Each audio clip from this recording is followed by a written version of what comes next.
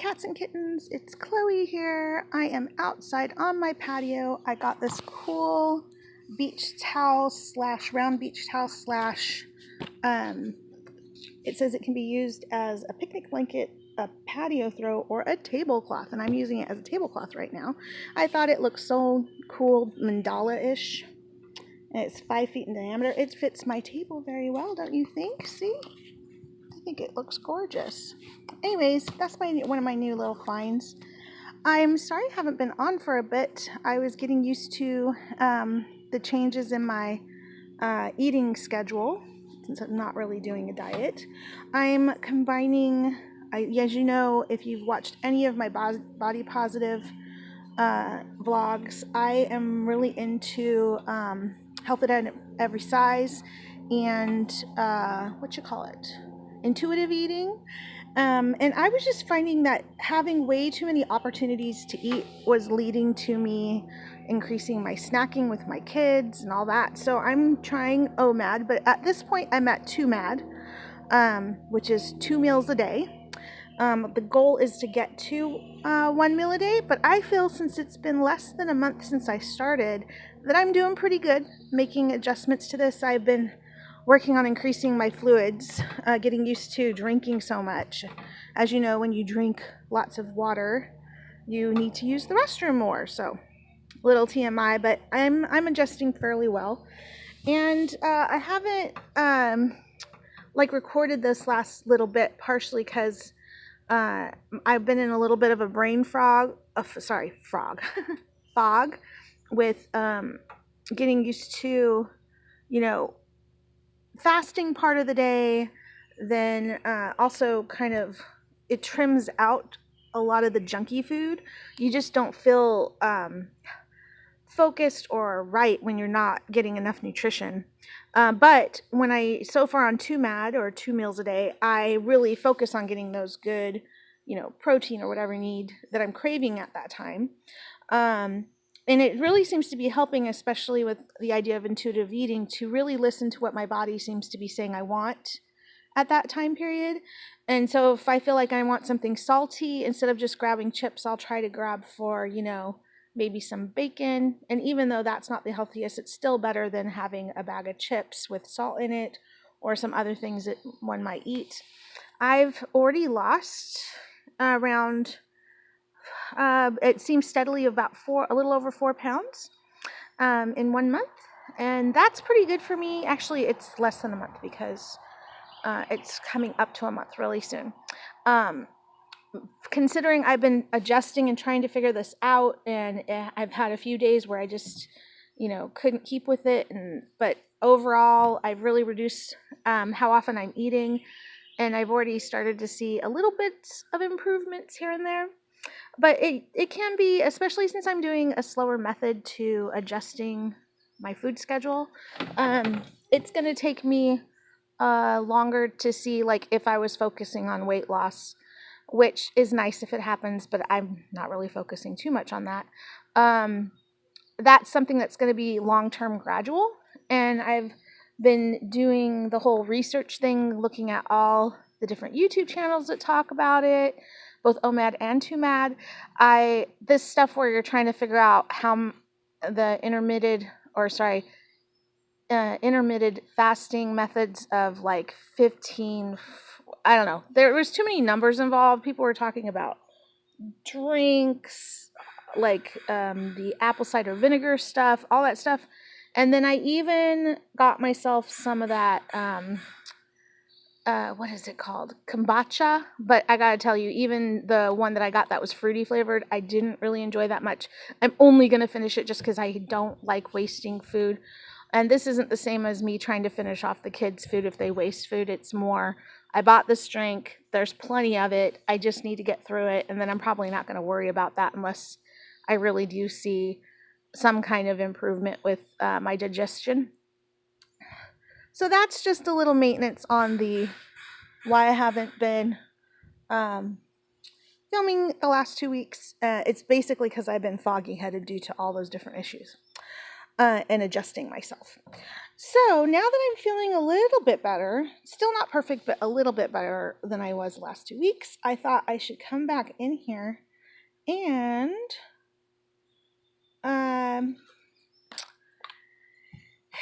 get back to filming about stuff. Now, I've been trying to find a good setup to show the shuffling video that someone requested I do for big decks, for big oracle decks, and I brought out a few of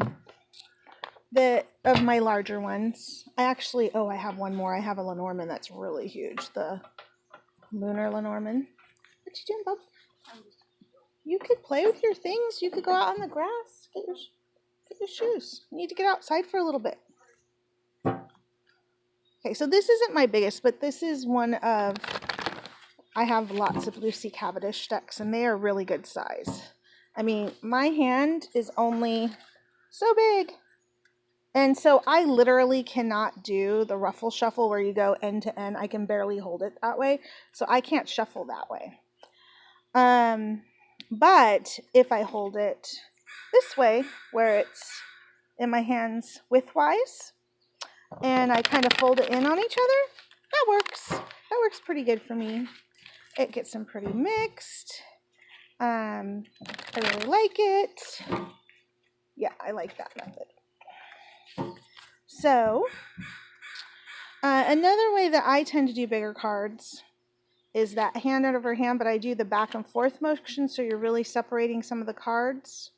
But half the time, honestly, that's okay part of the time, but I really usually feel like I need to go in and cut, or a side ruffle shuffle. It really depends on how I'm feeling at the time, how I want to work with a deck. And then some people just keep folding it forward, like instead of the back, forward, back I was doing, which is this, they'll just do this slide forward one, and I'm like, I don't see how that's mixing that up that well. Maybe it is, but that just continually taking chunks going forward, I don't feel it that's very effective, but some people, that's enough for them. That's just a preference way. And of course, there's the standard fan the cards out, and then I'm going to try to show you guys this. Admittedly, we're on my phone, so please forgive me. I just could not. I needed to get out of my room.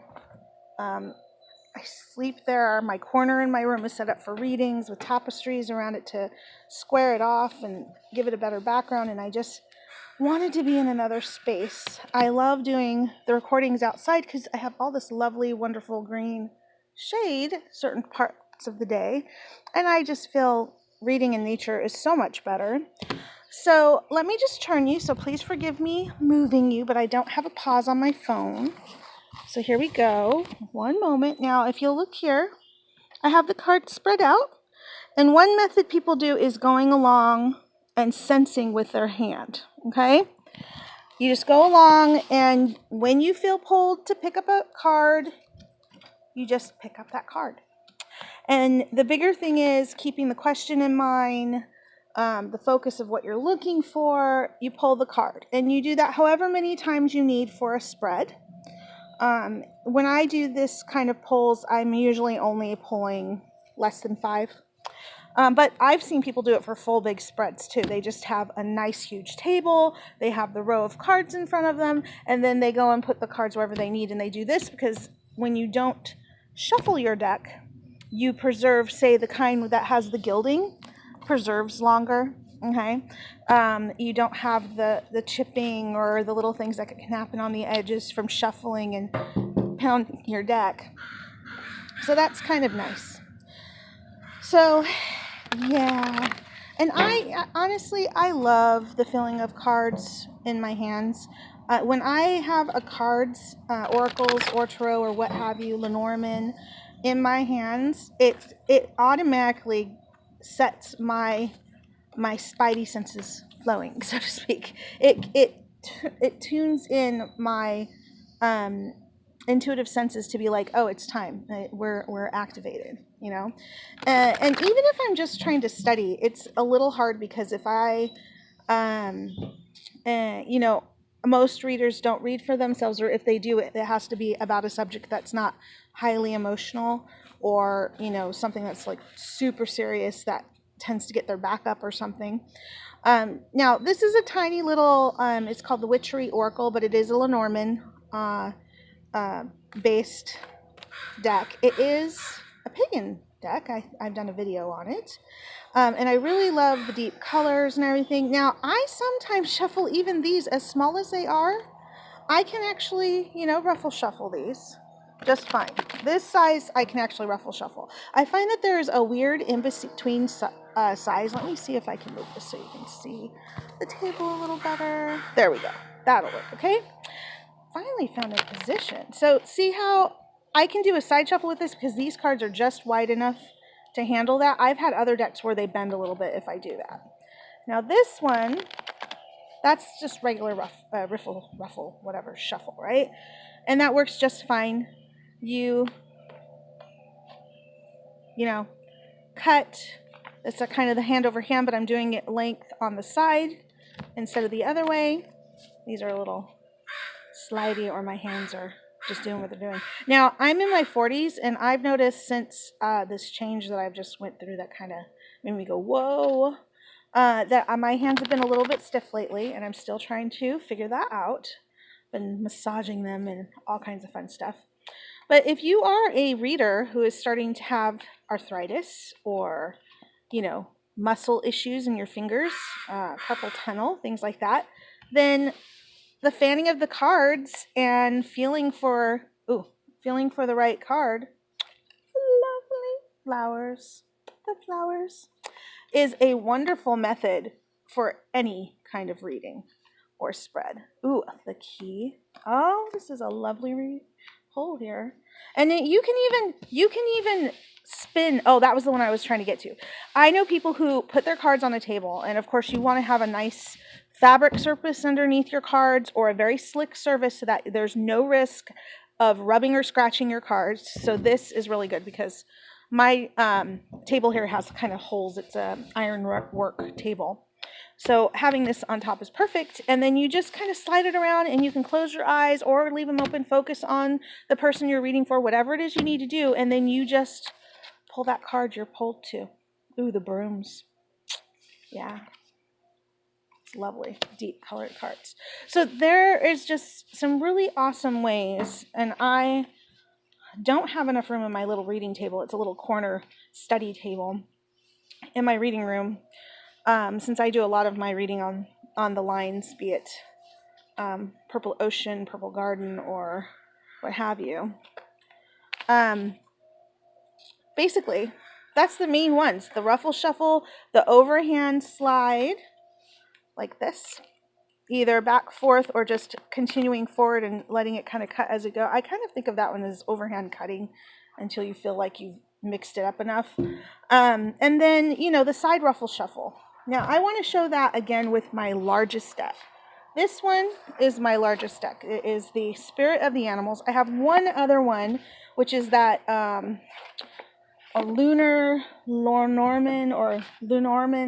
deck that came out. It's a little bit of a flimsy deck, so I decided not to bring it out here. I never know when wind's going to kick up. Today doesn't feel very windy, which is good. So this is one of my biggest decks, and to give you an idea of the size, here is our Wisdom of the Wild Fairies Oracle, and here is this one, okay? Now, it's slightly longer, and a good 2 centimeters to a centimeter taller than Wild Wisdom of the Fairy Oracle. You can sit there. Okay. It's fine. It's not in my way. My youngest is hanging out. He's trying not to get in the video. I don't mind him making noises when I'm not on PO or PG. Purple Ocean, Purple Garden. So with this deck, there is no way I can ruffle shuffle at all. And like this. My hands are just not big enough. Here's my hands. I can't even, aside from when I only have half the deck, I can't, if I have all the deck, I can barely hold it, and I'm holding it towards the top of the deck. It's just too long. I don't have I mean, I can fit my whole hand in the size of this deck, okay? It's too big. So for me, it's all about the side ruffle shuffle widthwise, okay? It's wide enough and sturdy enough stock that I'm not going to bend the cards badly. I don't have to worry about that. I can do the side one, the back and forth. Any of those work, but you know what you could also do when you have enough space is the laying out and pulling, okay? And it's gorgeous too. Let me lift you one more time. Let me show you these gorgeous backs, right? Now it's upside down. Sorry about that, but I figured you'd want to see. Finally found a way to show shuffling. Thank goodness. So yeah, so you just feel, ooh, authentic. Just feel for the cards with this method again. You can also spin them very easily and then just pull again, still feeling for the card, or maybe you visually look and something highlights in your vision for the card. We got, ooh, I love frogs. So adorbs, really. I mean, come on. Prosperity, it's a good one. All right. So, yeah, I would say those are the main ones you're going to lean towards. Now, I know some people will also not just shuffle, but then they'll do like a complicated cutting the piles into 3. And then maybe you pull one card from each pile, or you use this where you pick one pile to go on top and you bring them all together into one pile, and then you give the cards from that top layer for your reading. And you just feel for which one that is. And those are all the ones that I know of that I use of multiple types of shuffling for the average user of even very large cards down to, whoops, where did it go? Ah, little Lenormand size. Now, I will admit, this might be a little bit wide or even a little bit bigger, but this is still within the cardstock size of poker cards. It's within that width. So like I said, almost everything I do with the larger cards I can do with these, but these are the only size, except for the Tarot of the Familiars, I can actually ruffle shuffle that one very comfortably, where I grab each end, or riffle shuffle, and then I do that. I can't do that with almost any other tarot deck right now. I used to be able to. I used to have very flexible hands and be able to do a lot of them as long as they weren't too big. But I got so used to working with wider, larger cards that I am more comfortable doing with riffle shuffle, which is where this is in my hands on these two sides, and then carefully bringing them together. So that's just what I've got, how I shuffle now, and I hope this was interesting for you all. I'm really happy to come back and start recording for you all, and if you like this, please thumbs up. If you have some methods of shuffling that I did not mention, or I don't know, I would love to hear about them, or please do a VR back to me and link it in the comments and let me know, and I will definitely watch. So peace, my friends, pets and purrs and huggles to you, cats and kittens, and I will see you soon, or you'll see me soon. Bye-bye.